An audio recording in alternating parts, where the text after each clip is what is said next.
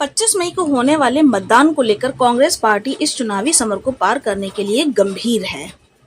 Congress party ने अपनी चुनावी घोषणा पत्र में देश के विकास के साथ साथ बेरोजगारी, गरीबी, बढ़ती महंगाई, बढ़ते अपराध व देश में सूचना क्रांति एवं तकनीकी के जरिए बहुमुखी विकास का वादा करते हुए अपने घोषणा पत्र में प्रमुखता इन तथ्यों को उल्लेखित करते हुए उसे चुनाव जीतने पर प्रभावी ढंग से लागू करने के लिए प्रतिबद्ध है। कांग्रेस के महानगर अध्यक्ष प्रदीप मिश्र, अंशुमन व कांग्रेस अन्य पदाधिकारियों एवं नेताओं ने प्रेस क्लब सभागार में पत्रकारों से वार्ता के दौरान सत्ताधारी भाजपा सरकार पर निशाना साधते हुए सरकार को आड़े हाथों लेते हुए कहा कि भाजपा सरकार के राज्य में केवल पूंजीपतियों को सारी सहूलियतें दी जा रही हैं, उन्हीं का बहुमुखी विकास हो रहा है, जबकि देश की गरीब जनता दिनों दिन और गरीब होती चली जा रही है। भाजपा सरकार ने जो जनता से अपनी चुनावी घोषणा पत्र में वादा किया था उसे तक पूरा नहीं कर पाया है, केवल जनता को भ्रमित किया है। बेरोजगारी, भुखमरी, बढ़ती महंगाई एवं महंगी शिक्षा व्यवस्था, बढ़ रही आर्थिक अराजकता व भ्रष्टाचार से आजन परेशान है। कांग्रेस अगर सत्ता में आती है तो बेरोजगारों को रोजगार दिया जाएगा, जब तक रोजगार नहीं मिलता तब तक बेरोजगारी भत्ता दिया जाएगा। गरीबी, भुखमरी दूर होगी, आजमन का विकास होगा, अन्नदाता विकास खुशहाल होगा, उसकी समस्याएं दूर होंगी। कांग्रेस ने आज अपना घोषणा पत्र जारी करते हुए उसी पर चुनावी समर लड़ने की बात कही। प्रयागराज से ब्यूरो आरएन की रिपोर्ट। तो कह सकते हैं यहाँ पर किस तरह से आप लोग आगे जारी करेंगे अपने, और किन जो है मुद्दों को लेकर जनता के बीच जाएंगे? देखिए, जनपद प्रयागराज का जो मुद्दा है नामांकन के बाद उसको, और आज से ही हम लोग उसको उठा रहे हैं। पहली जो हमारा जो है मुद्दा है कि प्रयागराज में स्वास्थ्य विभाग का जो अकाल है, जो समस्याएं हैं, उसका निदान है कि यहाँ पर एक एम्स होना चाहिए। पूरा शहर आज जाम की समस्या से जो है जूझ रहा है, तो प्रयागराज में एक मेट्रो होनी चाहिए। और जो मकान जो तोड़े जा रहे हैं चौड़ीकरण के नाम पर, ये प्रयागराज एक ऐतिहासिक शहर है, धार्मिक नगरी है, तो उसकी अस्तित्व को बचाए रखना भी ज़रूरी है। अगर नई कहीं तोड़ फोड़ करनी है तो उससे बढ़िया हम नया निर्माण, नया शहर कहीं अलग बसाएं तो वो बेहतर विकल्प होगा। तोड़ फोड़ विकल्प नहीं है किसी भी चीज़ का। तो हमारा ये मानना है कि सरकारों को ये सोचना चाहिए, और जिस तरीके से प्रयागराज की गरिमा के साथ खिलवाड़ हो रहा है, जिस तरीके से प्रयागराज की उपेक्षा हो रही है, जिस तरीके से सरकारी विभागों का यहाँ से पलायन हो रहा है, ये बहुत बड़ा मुद्दा है।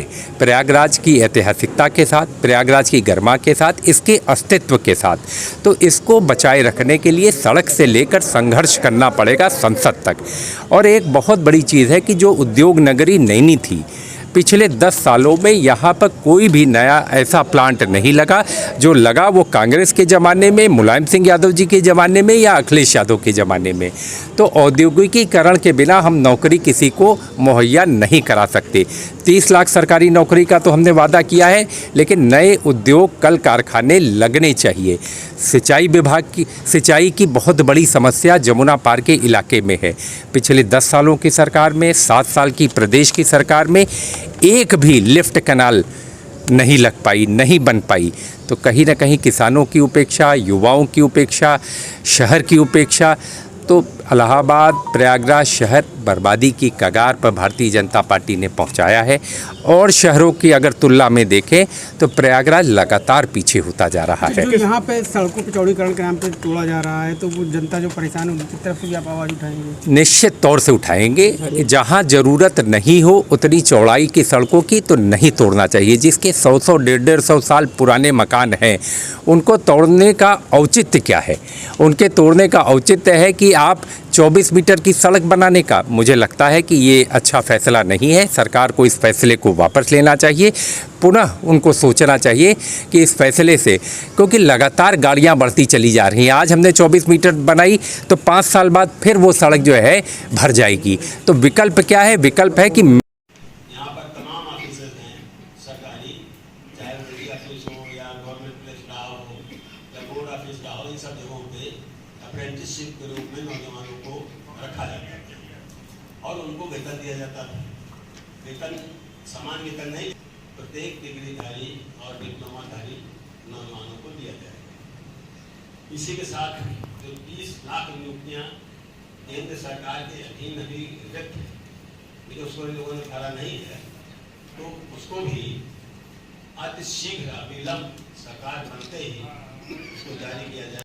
अगर हक की लड़ाई लड़ रहा था तो उनको उन्होंने आतंकवादी डिक्लेयर कर दिया। तो मेरा आपसे कहना है, कांग्रेस पार्टी की गारंटी है, एक चीज जरूर है, राहुल जी ने भी कहा जिस दिन ये घोषणा पत्र उन्होंने कहा ये भारत जोड़ो यात्रा प्रथम और दूसरी के बीच में भारत के हर नागरिक से मांगा गया था कि आप हमें सुझाव दीजिए कि हम क्या घोषणा पत्र आप लेना है, और ये घोषणा पत्र भारत की जनता की एक आवाज है जो कि मोदी सरकार को समझनी चाहिए। मैं इन्हीं शब्दों के साथ मैं कहूंगा कि